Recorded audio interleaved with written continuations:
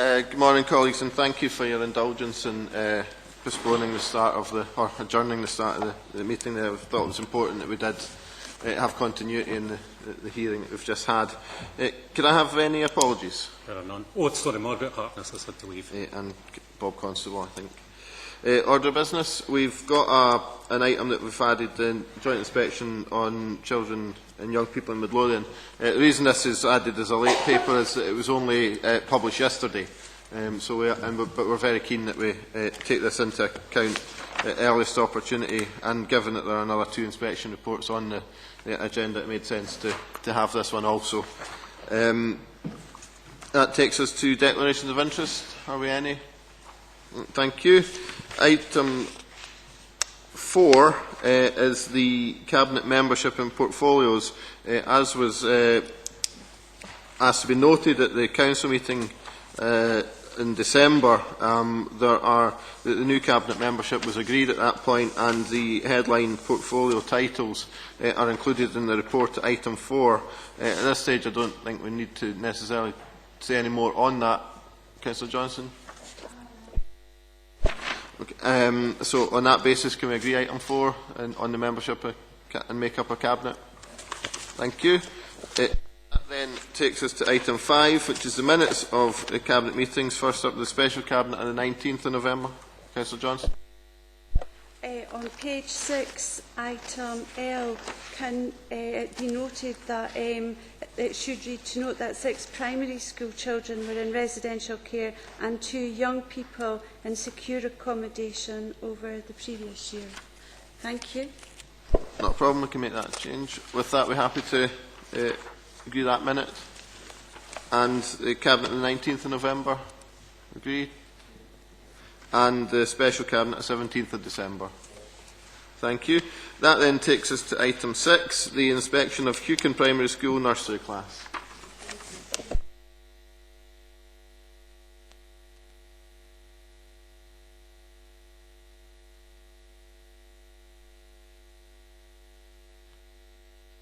Sorry, can you? Hukin was inspected in November this year, and as you can see from the gradings, they were graded as very good, and we had agreed that we would bring inspection reports like this to Cabinet and to Council, just so that people can see the quality of our early years education. The inspection team noted that the nursery class works well to support individual children, staff received training to give them additional skills and knowledge, and staff were very good at evaluating what works well. The inspection team noted that the service needs to review information held on children every 6 months with parents. That was the main finding from their report. So the Cabinet is asked to note the content of the inspection report, pass this to the performance review and scrutiny, congratulate the management, and note that whilst acknowledging the very good work being carried out at Hukin, the Council will continue to challenge. Thank you. Councillor Rosie. Yeah, thanks. Well, as a local member in Pennycook, I know that it's a well-respected nursery in the community, and this report certainly backs that up, I think, in the work that they do there. So, yeah, very encouraged, and like Mary, I'd like to congratulate the management and staff connected with it for this very good work. Thank you. It's certainly always very encouraging when we can see reports coming through like this. We all know the importance of the interventions at the earliest possible stages, so having a solid foundation like this for the pupils in the nursery classes has got to be one of the best starts that they can get from their education. So I think with that we accept the recommendations in the report, and strongest congratulations to all involved. Thank you. That takes us on then to item 7, which is the inspection of Mount Esk Nursery. So again, a very positive report from the Education Scotland and the Care Inspectorate, where services at Mount Esk Nursery were graded as being very good throughout. And this is really fantastic. What they found the key strengths were children who are motivated and enthusiastic learners. There was strong partnership with parents and other agencies, the approaches to staff to meet children's individual learning needs, effective teamwork and leadership for learning provided by the head teacher and her work in ensuring the nursery is a key part of the local community. The following areas for improvement were agreed: through reflecting on children's learning, continue to build on how staff use self-evaluation to determine the actions they take, and continue to take forward the priorities as described in the Nursery Improvement Plan. So acknowledgement that the Nursery Improvement Plan contained the required improvements. And again, the Cabinet is asked to note the content of the inspection report, pass this to the Performance Review and Scrutiny Committee, and congratulate the pupils, parents and staff connected with the Mount Est Nursery School report. Thanks, Leader. Again, another excellent report, and I would echo what Derek has already said. We've had a string of these reports, but these two really are exceptionally good. I think what's jumped out at me was in 2.3 that the children are motivated and enthusiastic learners, and that's linked to the third bullet point, the question of individual learning. We are looking at how we can improve our positive destinations, how we can improve our results at the end process. The groundwork, as Derek has already said, the groundwork is clearly laid here, and this is the second of two nurseries, and we have had other reports that have reflected the sheer excellence of what's going on in our nursery schools. So congratulations again to the head teacher, the staff and the people, the staff involved here in the centre. Thank you. I think I can only wholeheartedly endorse those comments. With that, are we happy to endorse the report? I think it is sometimes a shame when you get such a positive report that we're so glowing in our praise, yet when reports are negative we spend more time talking, questioning and inquiring about them. It's maybe something that we can look at, but I think we can't underestimate the benefits that such a positive report can bring. So with that, we accept the recommendations.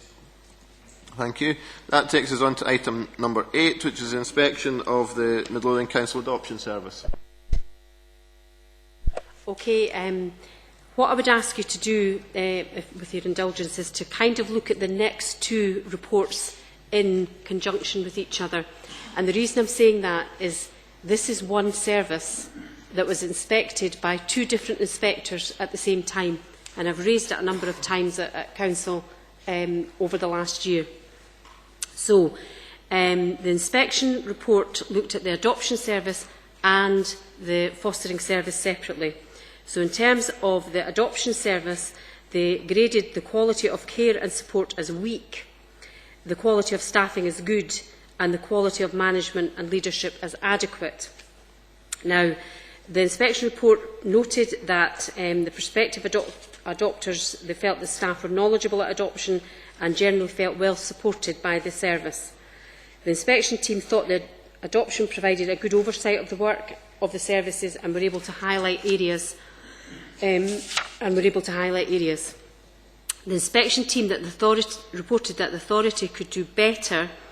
We should seek to improve the quality of assessment of a child's need for adoption, and that's not to do with the adoption service per se, that's to do with our social workers in the main.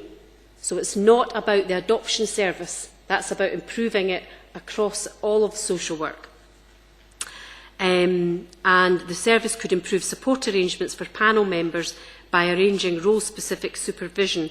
And again, we've discussed this before about how we need to get more panel members from the local community. And we've looked at different ways of doing that. Since the inspection report, Midlothian Council has already taken a number of actions. We had the review of the management team. We've got a process which will enable panel member supervision and appraisal. We've got a detailed action plan that we've worked on. A dedicated group are working with training staff to ensure they're up to standard. A training programme for managers and strengthening the quality assurance purpose. So these are all in place as we speak.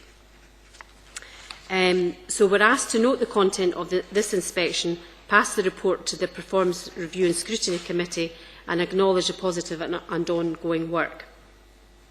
So if we take that then, what I've just said, to the next report, so again, it's the same team that's being inspected, and the quality of care and support is very good, the quality of staffing, very good, and the quality of management and leadership, very good.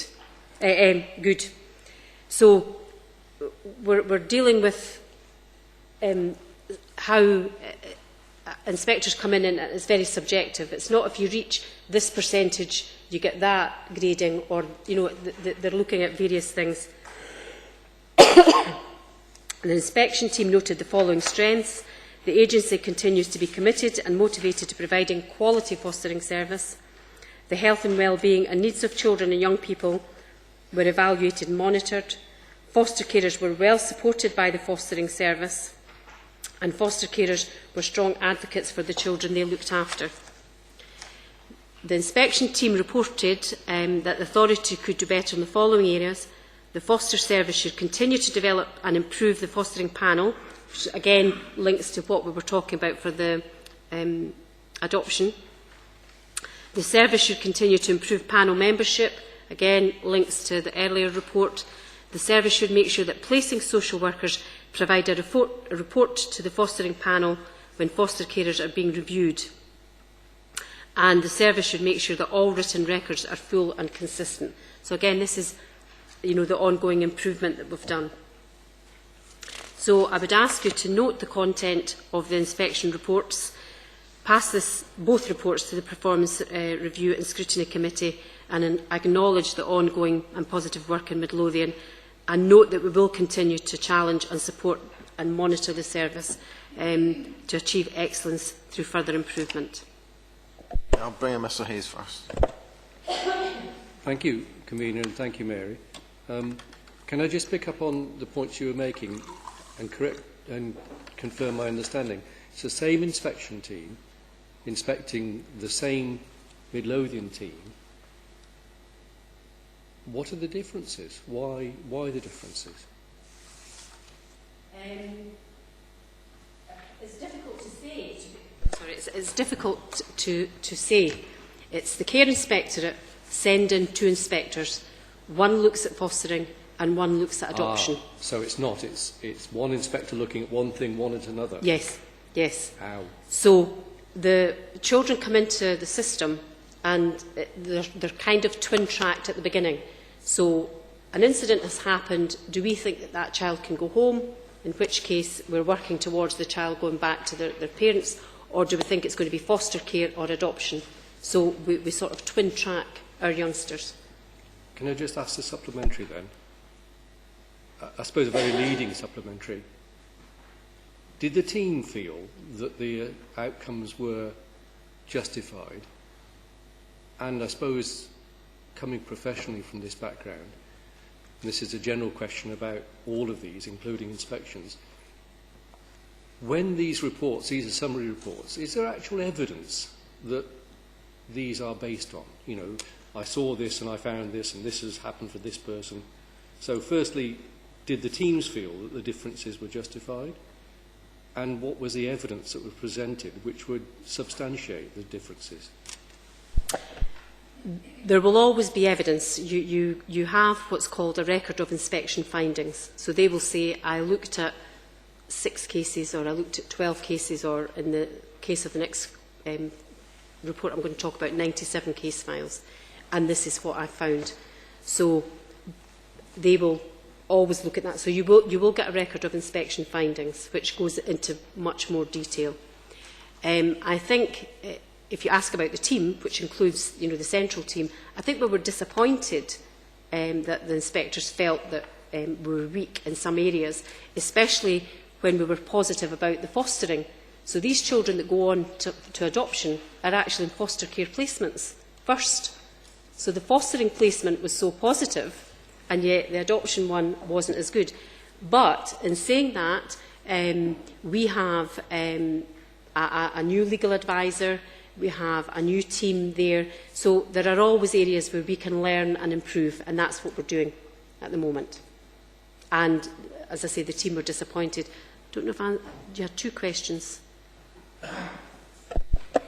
That pretty well answers it, but I was just concerned about the validity of inspections when they're such quite radically different outcomes, and which I thought you were questioning.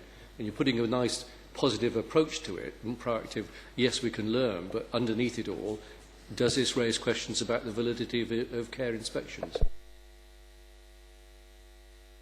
Maybe I should answer that one. No, I think I've personally got some questions around some of the inspection process, and in fact, maybe I'll talk a bit more on it when we come to the next item, but have raised some concerns that I personally have about the process. Not about findings. I think inspectors will come in. I'm not the professional, so I'm not going to challenge findings, but I do have some queries around some of the processes that are used. And this, I think, just absolutely highlights that when you've got one team working within the council and you've got two such radically different outcomes that are found, when, as Mary says, you're often working with the same people, the same children. Yeah, I think that process does need to be looked at. Catherine, you want to? I kind of acknowledge that the service was recently taken in-house from being an outsourced service, and the team were aware of the areas that needed strengthening and were working towards that prior to the inspection, which hasn't really highlighted any issues that we didn't know about. So it's good that there was commonality found in the two teams. And I note that the team will continue to work with the community planning partners and deliver the framework of permanence, and to do so in a child-centric manner, and hope the service becomes as embedded in its practices and develops in a way that we see a journey together of improvement, and indeed the outcomes for the children will be at the forefront of all the work we're doing. And then when I was reading, do you want me to speak about the fostering as well? Yeah. I thought that was really good, and it was acknowledged that we were improving the outcomes for the children who needed to be fostered, and that the team will continue to work hard for this excellence and improve it. Just now we have a recruitment campaign for more foster carers to come forward and come on board with the team, and to keep, as you always say, Midlothian children to be Midlothian children. And there's opportunities for potential foster carers to come forward for training, and I encourage everyone who's interested to contact the family placement team for further information. However, like Vic, I found it perplexing that the adoption team and the foster team are one and the same staff team carrying out similar business but inspected differently, and share Owen's views about processes, and just wonder why they were evaluated differently, and I'll work closely to see if anything can be changed to make sure that we always get good reports. Thank you. Just add one thing. Our adoptions are so small, in Midlothian, that if you have four adoptions a year, say, and the inspectors come in and read 3 of these files, and they maybe find little bits here and there, they're looking at the little bits here and there that make the whole. If you were in, say, City of Edinburgh, and they were coming in and looking at a third of City of Edinburgh's files, if they're adopting 30 children. So it's to do with proportionality. If they're looking at 3 case files in the last year, and maybe there's been a delay for a child because a report hasn't been completed, or there's tensions between the parents and they're not agreeing, that puts a delay on a child. So there's all sorts of complexities about what prevents a child moving quickly to adoption. But we are improving, and we've got many more adoptions gone through quicker in the last 2 years than previously. So hopefully they'll continue to see that improvement. Okay. We've got the recommendations for item 8, which is the adoption service on page 46. Could I ask you to agree them? And the same recommendations for item 9. Both reports to go to be noted and pass the performance review scrutiny for consideration, acknowledging the positive work by management staff connected with the services, and the Council continue to challenge, support and monitor services in relation to achieving excellence. So I'm happy to agree that in relation to both these reports. Thank you. If I could then turn members to attention to the joint inspections of services for children and young people, which is the additional paper. Is Craig going to call? Thank you. And again, Mary, if I could ask you to introduce this. Okay. I do have other things in my life apart from inspections, but I just thought I'd share that with you. The Joint Inspection of Services for Children and Young People was a new inspection regime that came into being last year. Midlothian was either 5th or 6th. There were 4 pilots across Scotland, and then we were in the next tranche. The inspection team looked at our services in relation to community planning partnership. So this wasn't just about children's services. It was about how we work with our partners. The report, we received the final report yesterday, and what the inspection team found, it was a very positive report. They found meaningful involvement of children and young people to shape policies and services, creative approaches to encourage physical, social and emotional well-being, highly effective, helpful support to improving parenting. They noted that leaders have made significant improvements to services for children, young people and families who are vulnerable and those at risk, and children who are in need of protection from abuse are kept safe and experience positive outcomes as a result of the help they receive. So, all in all, it was a hugely positive report. They evaluated us against the new quality indicators, and you can see at 2.6 our evaluations. Providing help and support at an early stage, good. Impact on children and young people, good. Impact on families, good. Assessing and responding to needs and risks, adequate. And adequate is the strengths outweigh any weaknesses. Planning and assessing for individual children, adequate. Planning and improving services, adequate. Participation of children and young people and families and other stakeholders, very good. And the leadership and direction of services, they assessed us as leadership of improvement and change, adequate, and improving the well-being of children and young people.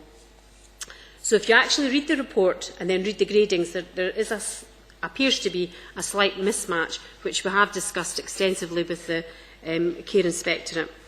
What their view was, Midlothian is at the start of a process, as they are, and it's the start of our single plan with our 3 priorities. It's the start of our integrated community plan with our priorities, so they felt it was a bit early in the day to be commenting how well we would do further ahead.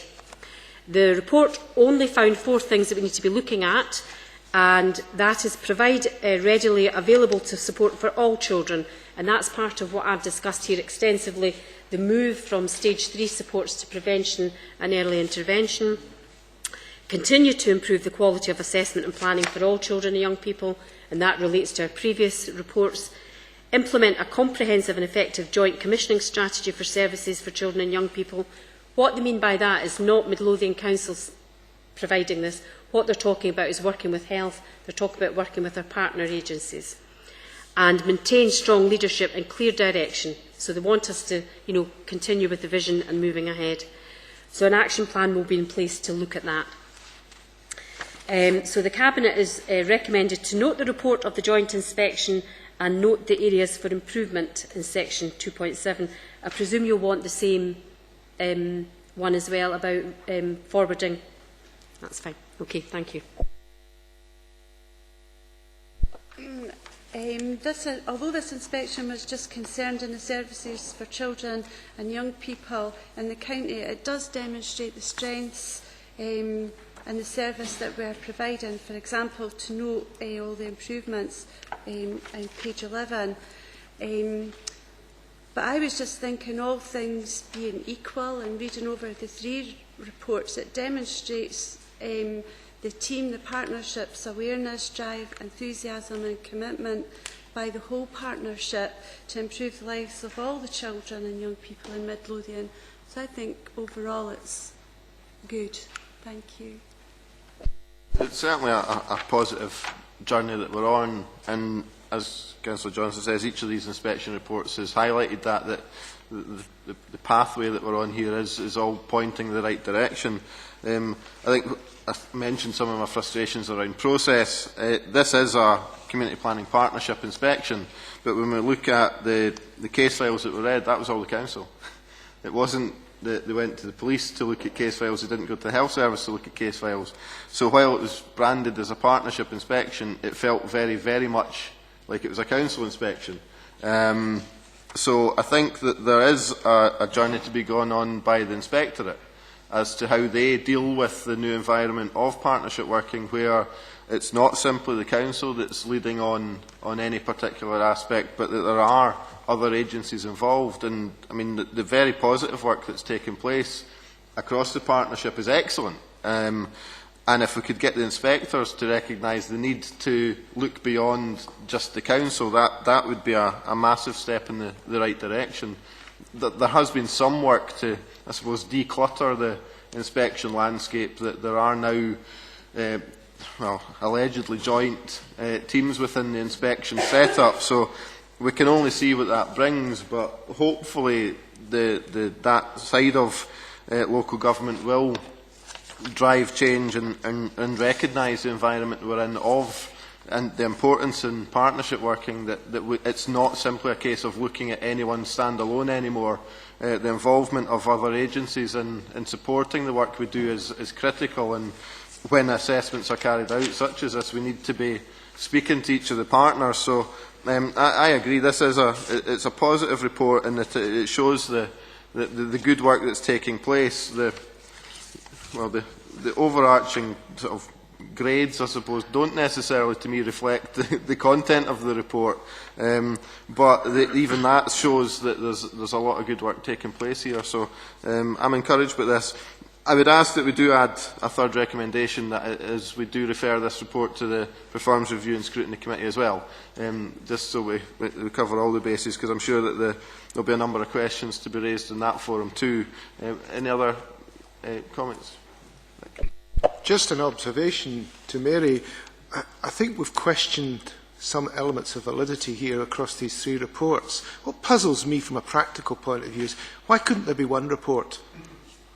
And instead of what we have here is something that, I'm going to be quite honest, I think the validity, I mean, there's a lot of good stuff in here, don't get me wrong, but I think the validity of three reports that don't actually seem to agree with each other is highly questionable. And I think there should be some feedback to the people who conducted this. I'm also thinking of the council staff time that was quite frankly taken doing this. I mean, we're talking about a time of cuts, of staff having a lot of priorities. This doesn't seem to me to be a good use of anybody's time, quite frankly, to have three lots of inspections going on. That is just an observation. I wouldn't expect Mary to comment. I will. I agree. I absolutely agree. I think that, as I say, the Inspectorate need to move forward in their journey. Yes, it's important and it's a vital role that the inspection regime plays, but I think there's far more could be done to coordinate and have a far more sensible approach to how they do it. And that is certainly the intention, ultimately, that the inspection regime get to, but I think the evidence is that there's still some distance from that. With that, can we agree the recommendations in the report and the addition of the referral to performance review and scrutiny? Thank you. That takes us on to item 10, which is the 6-monthly performance report on the Single Midlothian Plan.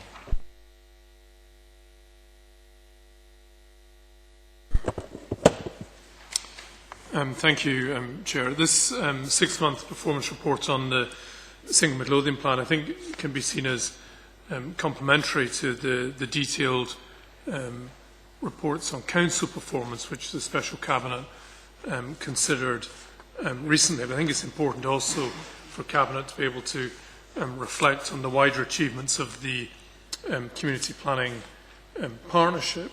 So what this does is this sets out progress, successes, but also key challenges in relation to each of the 5 community planning themes.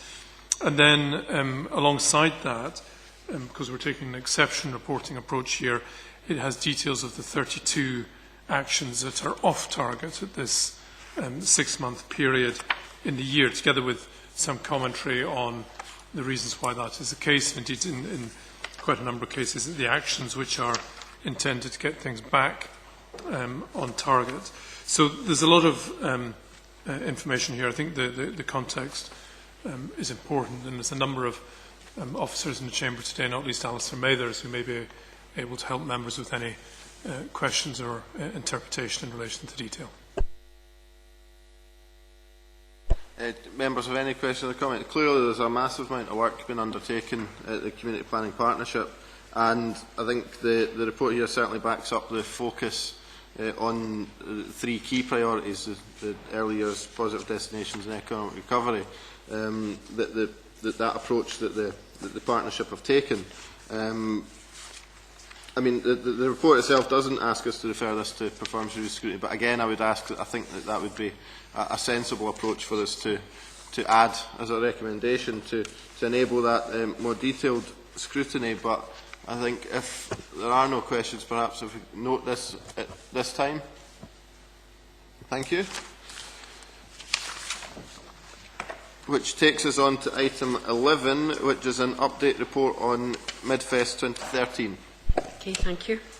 This is a report on the activity, the Midfest activity that took place during September 2013, where we had a number of workshops and events across Midlothian. The report concluded that it was a very successful activity that was taken forward, and there is an extensive report attached to this report. We had resource implications, was both in-kind and cash contributions, and that's on page 80.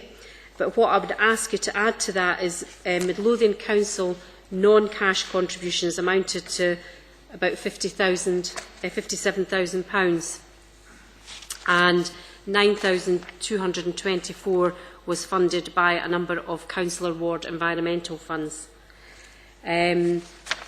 What we're asking the Cabinet is to note the evaluation of Midfest, and including the financial summary, and support Midfest 2014, because we feel it's something that we can move forward with and brought people to Midlothian, and provide an update to the Cabinet on progress by May 2014. Thank you. Certainly I think it was a massively positive series of events, and already I'm aware that there's a number of interested parties looking and asking, inquiring how can they get involved in another event this year. Certainly I think that sort of the in-kind donations, it's important that we recognise that these are things that people would have largely been doing anyway in a lot of situations. So it's, while that sounds a significant contribution, it is actually work that was already being undertaken in various aspects of the Council. I think with that I would certainly endorse the recommendations in this report that we do look to continue this as a real opportunity here. So many of the events were simply brought within communities and enabled people to sort of take part in the wider activities that was Midfest. So certainly I think that's a really encouraging thing to do. Lets people be involved in their communities in ways that they might not otherwise have been. Thanks, Owen. I mean, I think this is a fantastic project, and I remember when I first heard about it, I thought it was a really brilliant idea, and it's, to be blunt, it's very good value for the money that was spent. I'm delighted to see on page 94 the comments about schools. I remember when we spoke about this, I hoped that there could be a fair degree of school involvement. It was the first year, it was quite late on. I think probably we've learnt a lot, and I really value the comments paid on page 94, and I hope next year that the schools will have more notice and will get much more involved in the practicalities, because I think it's a great experience for all youngsters, and particularly obviously my focus is on the arts and the music side, which it gives them a great opportunity to perform, and this is an area that Midlothian is excellent at, so it's a great project, and I hope it goes on and on. Thank you. Thank you. Recommendations are on page 82 to note the evaluation, support Midfest 2014, subject to funding being secured, and to provide an update to the Cabinet in May. Agree to the recommendations? Thank you. That then takes us on to item 12, which is funding bids for arts in Midlothian.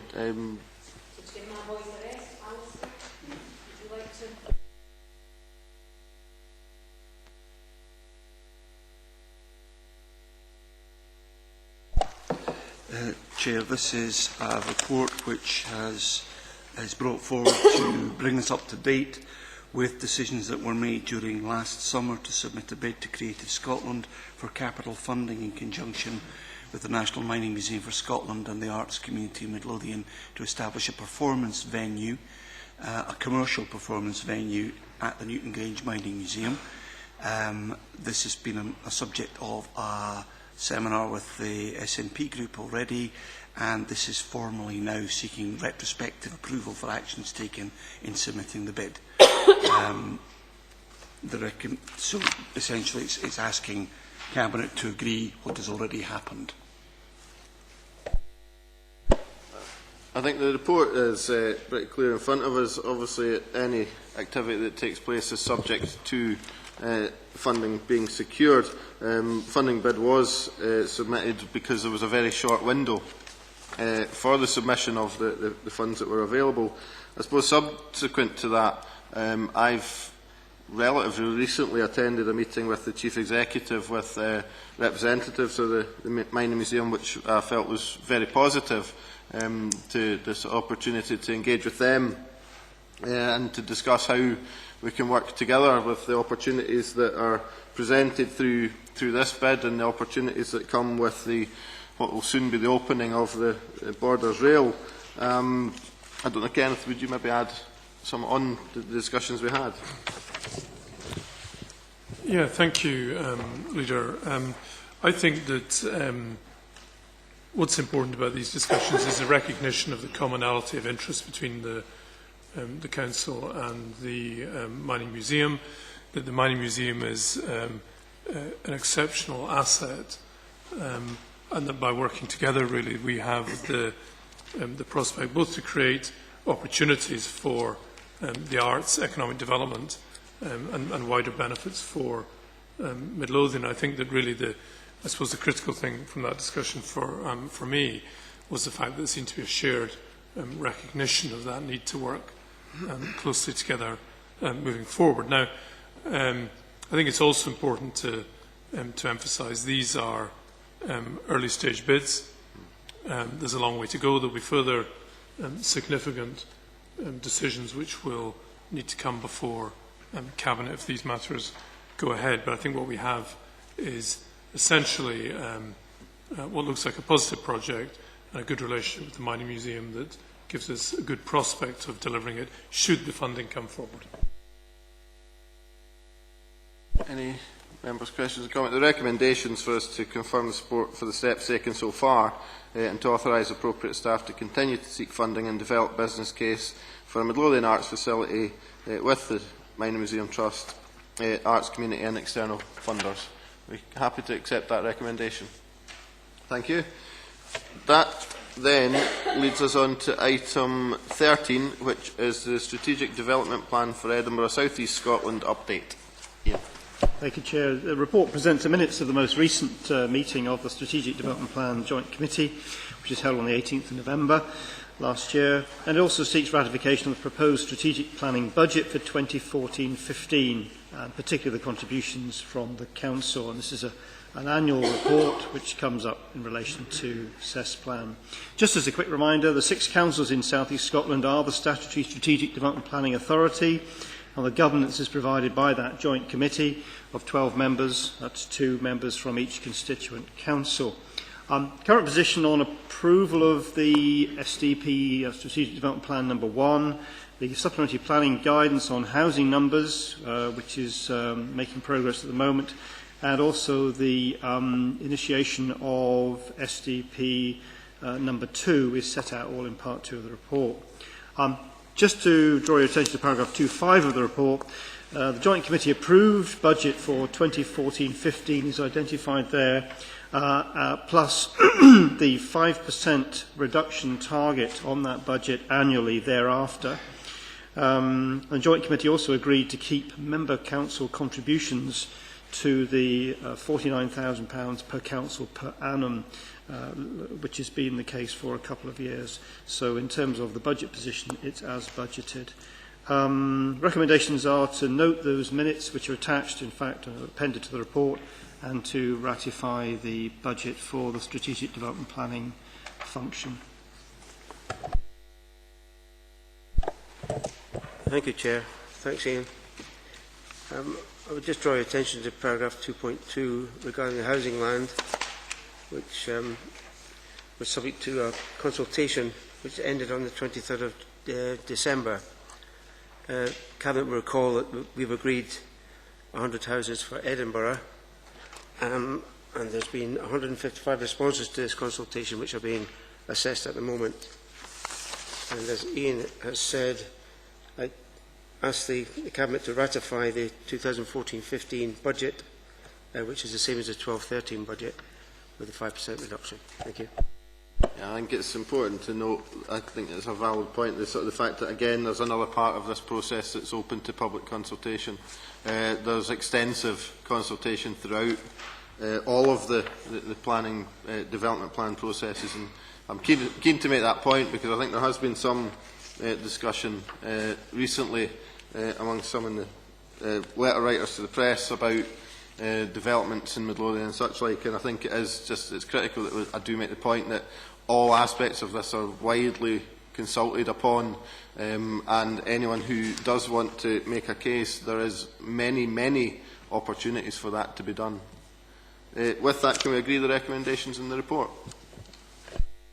Thank you. That then takes us on to item 14, which is the Scottish Government Regeneration Grant Capital Fund bid for Phase 2 Dalkeith High Street improvements. Thank you, Chair. This report just informs Cabinet of the outcome of that particular bid for funding from Scottish Government Regeneration Fund for improvements to Dalkeith High Street, which is the eastern end of the High Street. Details of the submitted bid are set out in Part 2 of the report. Sad to report that the bid was unsuccessful. Only about 50% of the submitted schemes across Scotland were successful in a heavily oversubscribed bidding round.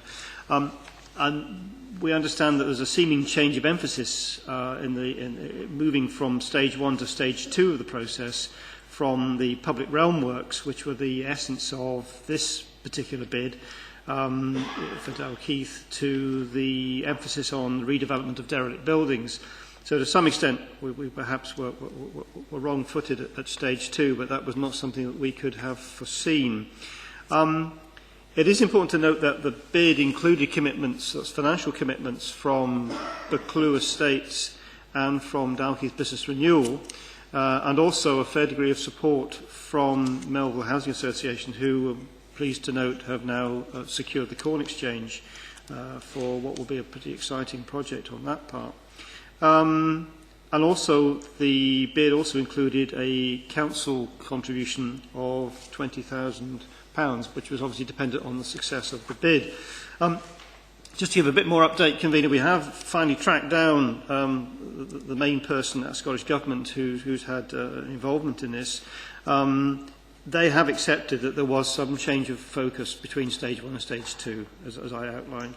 However, on the brighter side, they consider this scheme could be a candidate for resubmission as early as March this year, with the results in June of this year.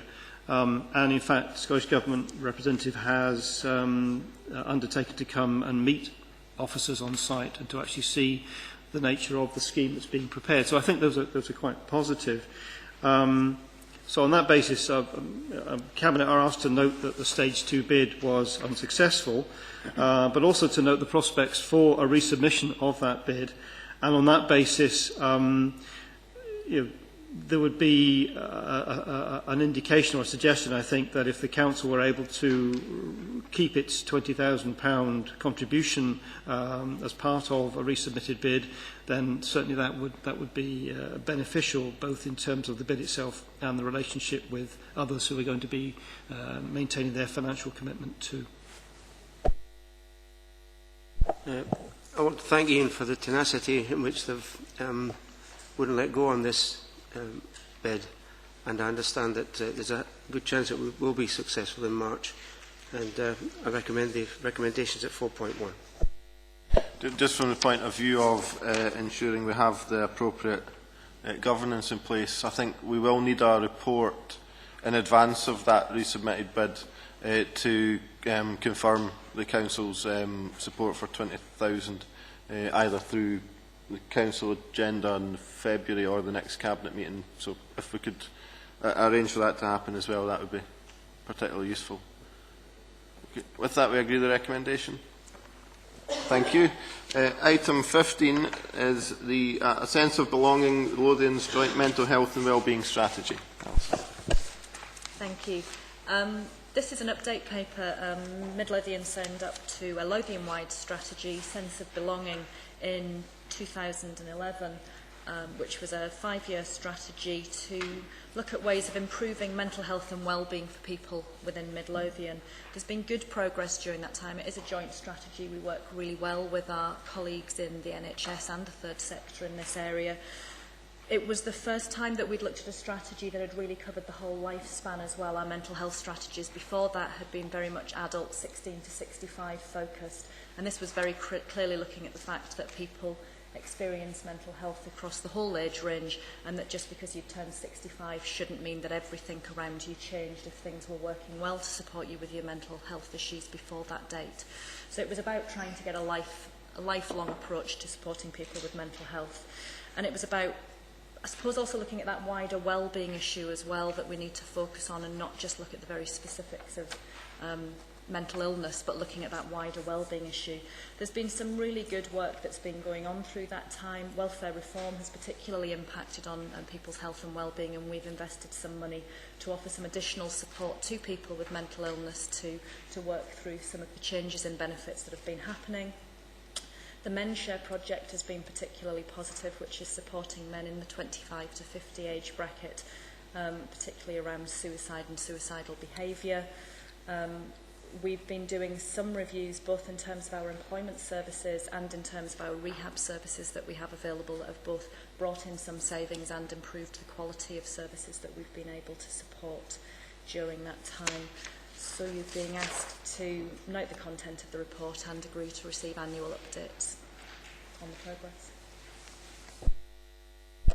progress. Unfortunately, we all acknowledge that poor mental health issues cut across the whole of our society, as you said, and the multi-experience team are working to promote mental health and well-being in the county and improve everyone's lives.